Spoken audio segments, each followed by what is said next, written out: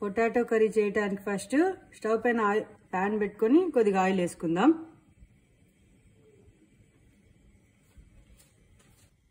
Oil వేడైన తర్వాత ఇందులోకి కొద్దిగా ఆవాలు, మినపప్పు, తర్వాత జీలకర్ర వేసుకోవాలి.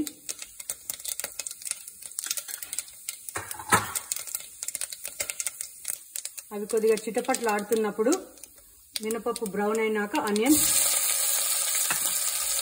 గ్రీన్ చిల్లీ వేసుకొని ఒకసారి కలుపుకుందాం.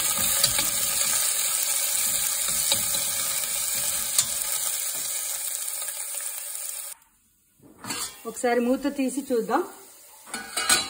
ఆనియన్స్ వేగాయి కదా, ఇందులోకి మనం జింజర్ గార్లిక్ పేస్ట్, టర్మరిక్, పసుపు వేసుకొని ఒకసారి కలుపుకుందాం. ఇప్పుడు ఇందులోకి టమాటోస్ వేసుకొని కలపొద్దు. నేను మా మామ నుంచి నేర్చుకున్న ట్రిక్ ఏంటంటే ఇట్లనే మూత పెట్టేయాలి. పెట్టేస్తే ఇది మగ్గుతుంది 1 మినిట్లో. టమాటాలు కొద్దిగా మగ్గాయి కదా, ఒకసారి కలుపుకుందాము.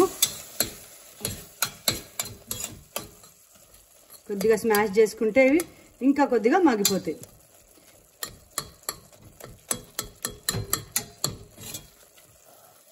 ఇప్పుడు ఇందులోకి సరిపడినంత కారం వేసుకోవాలి.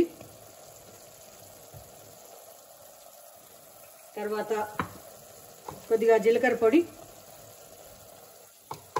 కొద్దిగా ధనియాల పొడి,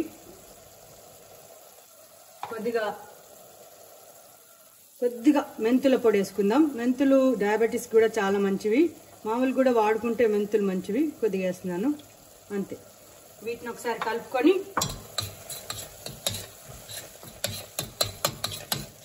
మూత పెట్టి ఇంకొకసారి మగ్గనిద్దాం. ఇప్పుడు వీటన్నిటిని, ఈ మసాలాలన్నీ కొద్దిగా మంచిగా మగ్గినాయి కదా, ఇందులోకి పొటాటోస్ వేసుకుందాం. ఆలూస్, బంగాళదుంప, ఆలుగడ్డ, వాట్ ఎవర్ యూ కాల్, వేసుకొని ఒకసారి మంచిగా కలుపుకొని కొద్దిగా మగ్గనిద్దాం.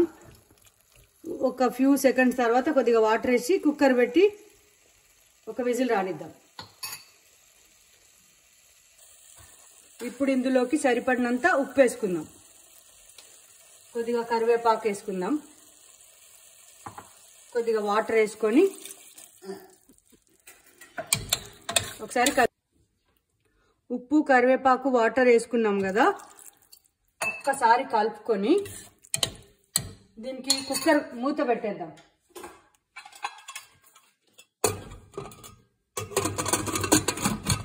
పెట్టి ఒక విజిల్ రానిద్దాం. ఒక విజిల్ వచ్చిన తర్వాత ఇది రెడీ అయిపోతుంది. విజిల్ వచ్చిన తర్వాత కుక్కర్ మూత తీసి కొద్దిగా కొత్తిమీర వేసుకొని ఒక నిమిషం కలుపుకోవాలి. సరే, ఈ రకంగా మనకు పొటాటో కర్రీ రెడీ అయిపోయింది. ఇప్పుడు పూరీలు వేసుకుందాం. పిండి రెడీగా ఉంది. ఇట్లా ముద్దలు చేసుకొని పూరీ కోసం తీసుకొని ఇక్కడ పూరీ ప్రెస్ మీద పెట్టుకుంటున్నాము. పూరీ ప్రెస్ మీద పెట్టుకొని ప్రెస్ చేసుకుందాం. ఆయిల్ వేడెక్కింది కదా, ఒత్తుకున్న పూరీల్ని ఇందులో వేద్దాం.